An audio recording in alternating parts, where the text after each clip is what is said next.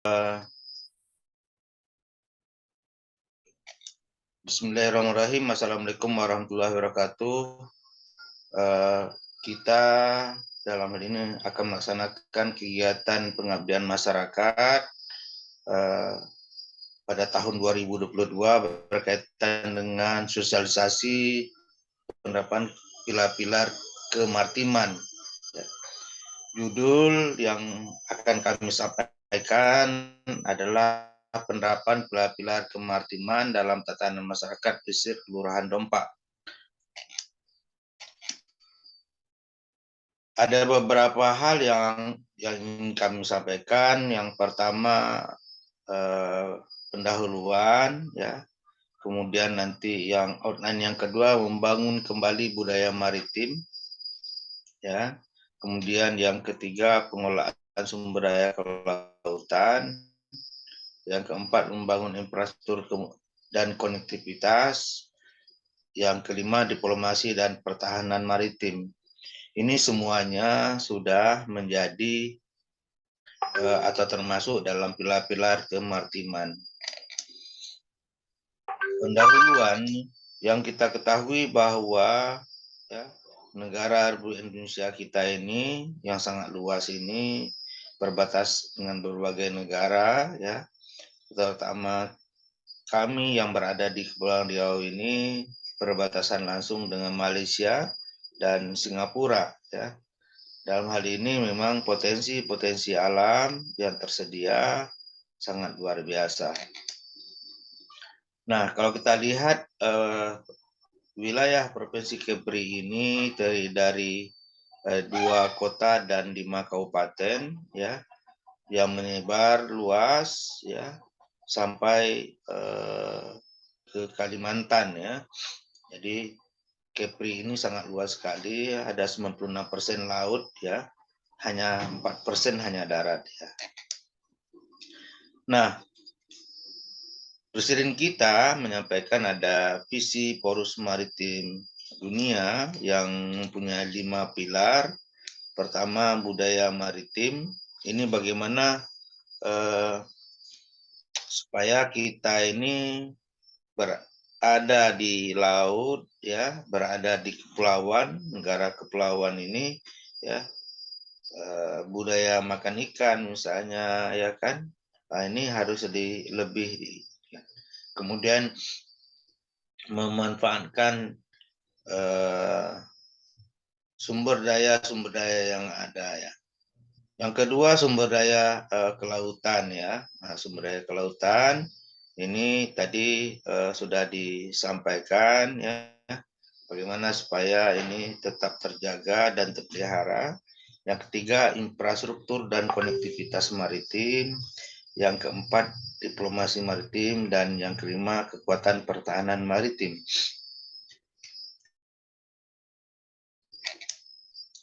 Nah, kalau kita lihat kita sebagai Poros Maritim Dunia, ya, ini merupakan suatu visi Indonesia untuk menjadi sebuah negara maritim yang berdaulat, maju, mandiri, kuat, serta mampu memberikan kontribusi positif bagi keamanan dan perdamaian kawasan dan dunia sesuai dengan kepentingan nasional.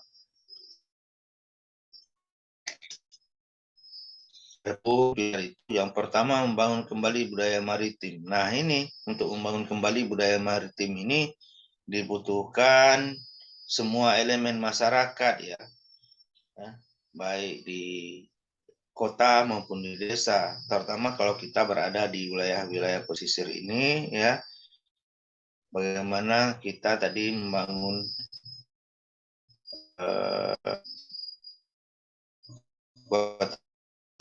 budaya itu, ya, sehingga kita menjadi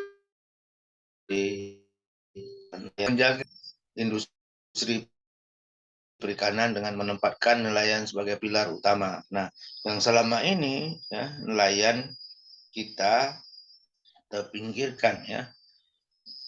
Data menunjukkan bahwa nelayan seluruh Indonesia hanya sekitar 4 juta, padahal penduduk kita ini sangat besar sekali. Ada 200 kawasan ini sudah 270 ya.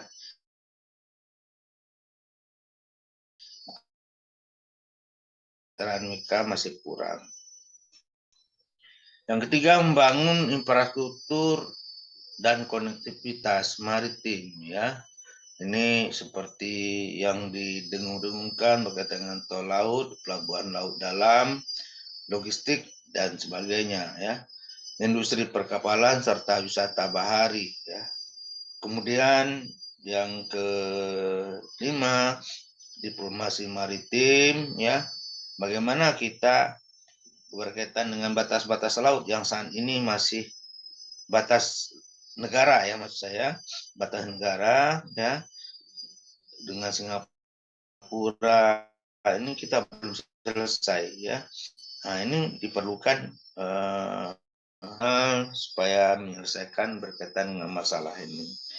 Yang kelima, membangun kekuatan pertahanan maritim. Bagaimana kita memperkuat armada maritimnya, alutistanya ditambah terus ya. Nah, terutama kita berada di Laut Natuna Utara ya, membutuhkan kekuatan pertahanan ya, apalagi banyak nelayan-nelayan asing yang masuk, termasuk juga campur tangan Cina di wilayah kita ini. Membangun kembali budaya maritim ya. Jadi untuk pembangunan kembali budaya maritim Indonesia ini sebagai negara yang terdiri atas 17.000 lebih pulau ya. Kalau Kepri ini ada 2.408 buah pulau ya. Kita harus menyadari dan melihat diri sebagai bangsa yang identitasnya, kemakmurannya dan masa depannya sangat ditentukan oleh bagaimana kita mengelola samudra ya. Nah, ini hampir tidak terdengar lagi ya, lagu nenek moyangku orang pelaut ya, gemar mengarung luas samudra. Ini jarang kita lagi mendengar lagu-lagu ini ya. Nah, justru yang ini harus kita hidupkan kembali ya, supaya memang kita sebagai negara kepulauan tadi ya, kita sadar bahwa kepentingan itu ya. Kemudian ada beberapa bukti sejarah karakter sosial masyarakat ya, menjadikan kita yang hidup bersahabat dengan laut dengan semangat jiwa baharinya. Ya. Kemudian karakter masyarakat dengan toleransi ya. Kemudian budaya Islami yang melindungi minoritas. Yang ketiga, semangat pantang menyerah dalam mengarung samudra ya. Ini mematahkan sebenarnya cerita seperti Nyi Kidul dan sebagainya ya. Kemudian yang keempat, seni budaya terintegrasi dengan budaya melaut. Yang kelima, budaya gotong royong yang sangat kental di masyarakat. Ini harus terus dikembangkan ya. Kalau kita lihat ada beberapa pahlawan kemaritiman ya dan tokoh yang ada ya. Ini Raja Haji Pisabilah ya, ini sudah menjadi pahlawan nasional bagi Indonesia ya.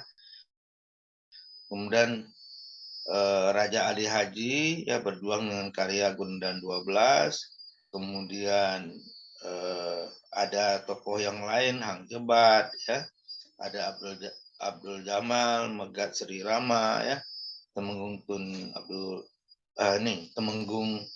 Abdul Jamal ya. Kemudian yang pahlawan kita yang paling ini nih ya, Pak Sultan Mahmud Reza Shah ini sudah ditabalkan menjadi pahlawan gerilya laut ya. Ini yang biasanya kan di Indonesia gerilya darat ya, tapi ini beliau termasuk pahlawan gerilya laut. Ini yang menjadi kebanggaan kita ya. Nah, ini budaya maritim di masyarakat kita, khusus di Dompak ini seperti apa ya kan?